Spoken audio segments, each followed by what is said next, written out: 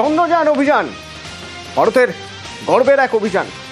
সেই অভিযানের সঙ্গে যুক্ত ছিলেন একজন বিজ্ঞানী, হাওড়ায় থাকেন। তাকেও স্পেশাল ইন্টেন্সিভ রিভিশনের শুনানিতে ডাকা হয়েছে। তার ভোট দেওয়ার অধিকার রয়েছে কিনা তা সুনিশ্চিত এখনো করা যায়নি। দেবাশিস রয়েছেন আমার সঙ্গে। দেবাশিস, অভিজিৎ বন্দ্যোপাধ্যায়, এই অভিজিৎ বন্দ্যোপাধ্যায়কে নিয়ে একসময় বাংলার মানুষ, হাওড়ার মানুষ গর্ব করেছেন। সেই অভিজিৎ বন্দ্যোপাধ্যায়কেও শুনানিতে ডাকা হয়েছে, কি বলছেন তিনি? দেখো, শুধু হাওড়া বা বাংলার মানুষ নয়, ভারতবর্ষের মানুষ এবং কি প্রধানমন্ত্রী তিনিও কিন্তু এই অভিজিৎ বন্দ্যোপাধ্যায় সহ যে বিজ্ঞানীরা কাজ করেছিলেন তাদেরকে বাহবা দিয়েছিলেন, তাদেরকে সম্মান দিয়েছিলেন।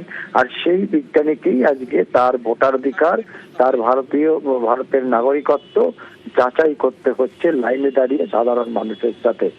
এসব সাধারণ মানুষকে সমস্যায় পড়তে হয়েছিল, তার মধ্যে একজন হচ্ছে এই অভিজিৎ বন্দ্যোপাধ্যায় এবং তার মাতা এবং পিতা।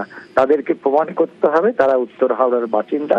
তাদের দেওয়া এসআইআর ফর্মের সাথে দেওয়া নথি সেটি কিন্তু সঠিক নয় বলে মনে করছে নির্বাচন কমিশন, আর তার জন্যই কার্যত তাকে ডেকে পাঠালো।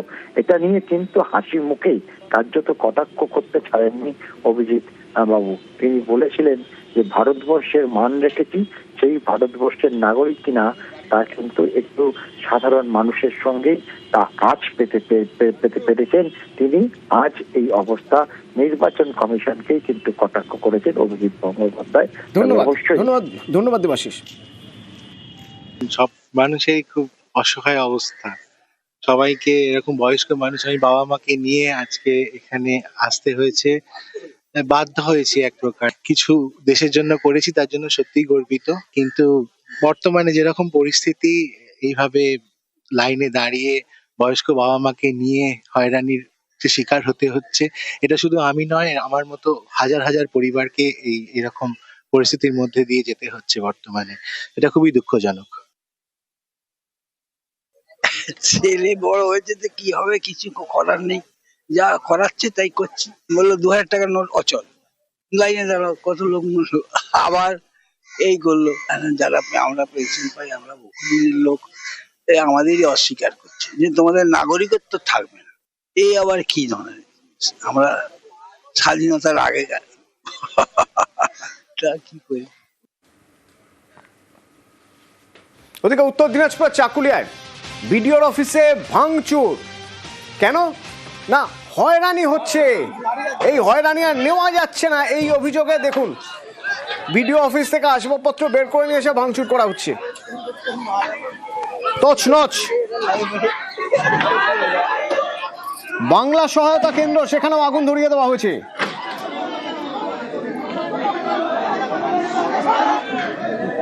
চঞ্চল আছে আমার সঙ্গে। চঞ্চল, এই যে যারা অশান্তি করছেন, কতজনকে ডাকা হয়েছিল হিয়ারিং এ, কি অভিযোগ করছেন তারা? দেখো, যেটা জানা গেছে যে প্রথম দফার যে হিয়ারিং ছিল, সেই হিয়ারিং এ প্রায় 5-5.5 মানুষের হিয়ারিং এ ডাক ছিল। দ্বিতীয় দফা যখন হিয়ারিং এ ডাক পড়ে প্রায় 70,000 মানুষের, এবং এই 70,000 মানুষের কিন্তু যখন হিয়ারিং এ ডাক পড়ার পরে কিন্তু দ্বিতীয় প্রশাসনের তরফ থেকে তাদের প্রত্যেকের হাতে প্রায় নোটিশ পাঠিয়ে দিয়েছিল। কিন্তু ক্ষুব্ধ হয়ে জনতার কারণ হচ্ছে যে এই যে হিয়ারিং, এই যে প্রথম দফায় যে হিয়ারিং এ এসে যে হয়রানির শিকার হয়েছে, তার পাশাপাশি যে আরেকটা সবচেয়ে গুরুত্বপূর্ণ বিষয় হচ্ছে এই যে এলাকা, যে চাকুলিয়া যে বিধানসভা এলাকা রয়েছে, এই বিধানসভা এলাকার বেশিরভাগ যে মানুষ রয়েছে তারা কিন্তু পরিযায়ী শ্রমিক রয়েছেন, এবং এই পরিযায়ী শ্রমিকের পরিবারের একাংশরা কিন্তু তারা এখানে এসে বিক্ষোভ দেখিয়েছে যে এই যে হয়রানি হবে, এবং হয়রানির অভিযোগ তুলে কিন্তু তারা বিক্ষোভ দেখিয়েছে। আজ সকাল থেকে প্রথমে রাস্তাঘাটে টায়ার জ্বালিয়ে বিক্ষোভ করে, এখন একাধিক চাকুলিয়া থানায় একাধিক এলাকায় রাস্তা অবরোধ করে বিক্ষোভ দেখায়, এবং ধীরে ধীরে যে পরিস্থিতি একবারে উত্তেজনা উত্তপ্ত হতে শুরু করে, এরপরে কিন্তু সেই আজ গিয়ে পরে এই গোয়ালপুকুর যে 2 নম্বর ব্লক যে বিডিও অফিস রয়েছে, সেই বিডিও অফিসে, এবং বিডিও অফিসের চত্বরে যাওয়ার পরে কিন্তু প্রায় শয়ে মানুষ কিন্তু সেখানে গিয়ে বিক্ষোভ দেখায়। তারপরে কিন্তু উত্তেজনা ছড়িয়ে পড়ে, এরপরে ভাঙচুর এবং বাংলা সহায়তা কেন্দ্র যে রয়েছে সেটিও কিন্তু আগুনে জ্বালিয়ে দেওয়া হয়, এবং এই গোটা ঘটনা নিয়ে কিন্তু একবারে ধ্বংসস্তূপে পরিণত হয়েছে গোয়ালপুকুর বিডিও অফিস। ধন্যবাদ।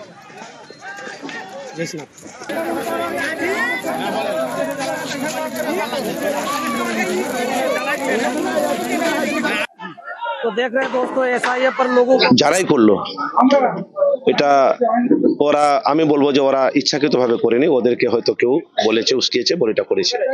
কিন্তু আজকে যেটা একটা বিক্ষুব্ধ একটা ঘটনা ঘটলো, এটা বাজে ঘটনা। আমি বলবো আন্দোলন হবে গণতান্ত্রিক পদ্ধতিতে, আন্দোলনটা হবে না। এই আশটা আমরা কেউ পাইনি, যদি পাইতো, যদি থাকতো আশটা এরকম, তাহলে পুলিশ প্রশাসন, আইবি, ডিআইবি তারাও, তাদের কাছে খবর থাকতো। আর একটা ভিডিও সকালবেলা একটা পোস্ট করেছিল আমাদের এক্স এমএলএ সাহেব, উনি যে পোস্ট যেটা করেছে তাতে কিন্তু মানুষকে বিভ্রান্ত করার মতো একটা বক্তব্য ওখানে দিয়েছেন। তো এগুলো ঠিক না। আমি নিজে থেকে এফআইআর করতে যাব না। দল যদি নির্দেশ দেয় যে করতে হবে, তাহলে করা যাবে। সব কাজ চলছে স্ক্রিপ্ট চলছে, অ্যাগিটেশন দিক থেকে যাচ্ছে, কাজ মধ্যে কোনো গাফিলতি হবে না। আমরা টেক আপ করেছি at the highest level of state government. আমরা চিফ সেক্রেটারির সঙ্গে টেক আপ করেছি, ডাইরেক্টর জেনারেল পুলিশ সঙ্গে টেক আপ করেছি। ল অ্যান্ড অর্ডার যে আছে স্টেট গভর্নমেন্ট দায়বদ্ধ আছে, ওরা বলছে আমরা সব অ্যারেঞ্জমেন্ট করবো for safety and security of all the persons who are involved in SIR. আপনারা কি ল এন্ড অর্ডার নিয়ে সন্তুষ্ট? কারণ যেভাবে ভিডিওর ঘর ভাঙচুর হচ্ছে, এটা তো একটা স্পোরাডিক ইনসিডেন্ট আছে না, রোজকে তো হলো না। একটা বিডিও অফিস হয়েছে যখন আছে, আমরা দেখবো তদন্ত চলছে, ইমিডিয়েট তো কেস রেজিস্টার হয়েছে, অ্যারেস্ট হয়েছে, সব হয়েছে, কাজ চলছে, আমরা দেখবো।